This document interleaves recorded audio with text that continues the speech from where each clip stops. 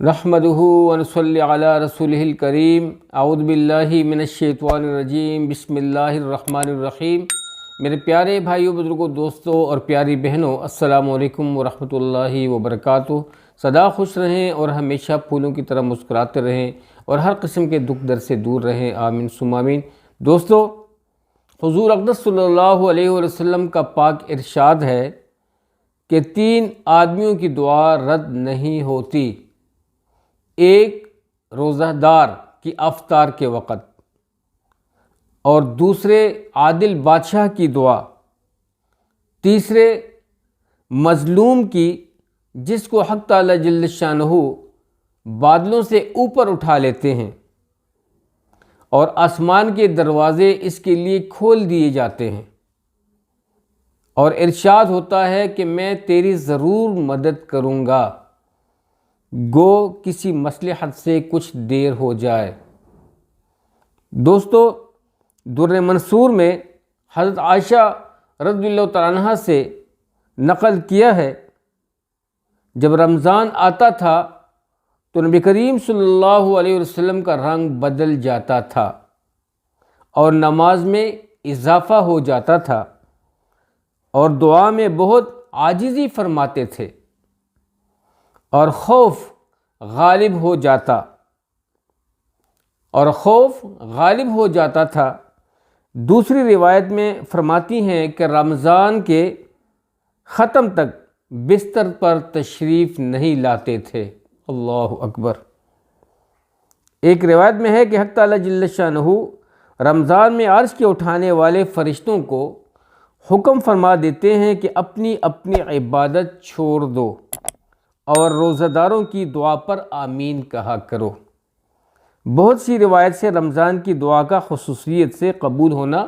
معلوم ہوتا ہے، اور یہ بے تردد بات ہے کہ جب اللہ کا وعدہ ہے اور سچے رسول صلی اللہ علیہ وسلم کا نقل کیا ہوا ہے تو اس کے پورا ہونے میں کچھ تردد نہیں، لیکن اس کے بعد بھی بعض لوگ کسی غرض کے لیے دعا کرتے ہیں مگر وہ کام نہیں ہوتا، تو اس سے یہ نہیں سمجھ لینا چاہیے کہ وہ دعا قبول نہیں ہوئی، بلکہ دعا قبول ہونے کے معنی سمجھ لینا چاہیے۔ دوستو، آپ نے اس حدیث پاک میں حضور اقدس صلی اللہ علیہ وسلم کے وہ اعمال سنے کہ آپ صلی اللہ علیہ وسلم جب رمضان کا ماہ یعنی رمضان آتا تھا تو کتنے فکر مند ہو جایا کرتے تھے، نمازیں بڑھ جاتی تھیں، دعاؤں میں بہت زیادہ فکر رہتی تھی، دعاؤں میں بہت زیادہ توجہ رہتی تھی، خوف طاری ہو جایا کرتا تھا۔ یہ اس وجہ سے دوستو، حالانکہ آپ صلی اللہ علیہ وسلم تو بخشائے تھے، یہ صرف قیامت تک آنے والے امتی کو اشارہ ہے کہ ہم سب کی کامیابی جو ہے وہ اعمال میں ہے، اور ہمیں اس چیز سے آگاہ کیا جا رہا ہے کہ رمضان کا مہینہ جو ہے نہ صرف رسول اللہ صلی اللہ علیہ وسلم کے دور میں اہمیت کا حامل تھا، بلکہ قیامت تک آنے والے انسان کے لیے، جب تک قیامت نہیں آئے گی، رمضان کا ماہ جب آتا رہے گا تو سب کے لیے یہ فضیلت کا حامل ہے، اور اسی طرح سب کے لیے عبادات کا ایک بہت بڑا سورس ہے کہ سب سے زیادہ لوگ اس میں عبادت کریں، قرآن کی تلاوت کریں، صدقات دیں، روزے رکھیں اور دل سے دعا مانگیں، اور خوف طاری ان پر خوف طاری ہو، یعنی اللہ سبحانہ وتعالیٰ کا ڈر ہو، خوف ہو کہ اللہ کریم نے اتنا بڑا مہینہ ہمیں عطا کیا ہے اس مبارک مہینے میں کہ کہیں ہم لوگ اعمال میں پیچھے نہ رہ جائیں۔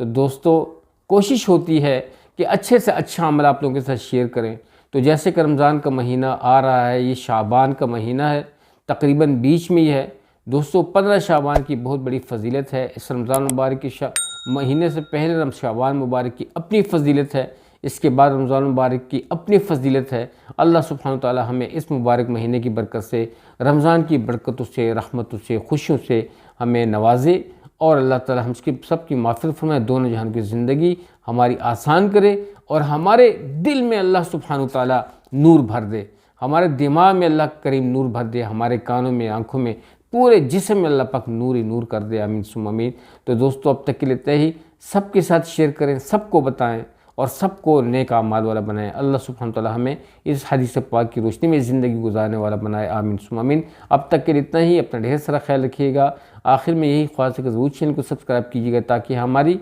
دین سے ریلیٹڈ ویڈیوز آپ کو ان ٹائم ملتی رہیں اور آپ لوگ اسے دیکھ کے مستفید ہوتے رہیں اور اپنے اچھے کامنٹ سے ہمیں آگاہ کرتے رہیں۔ السلام علیکم ورحمۃ اللہ وبرکاتہ۔ جیتے رہیں آباد۔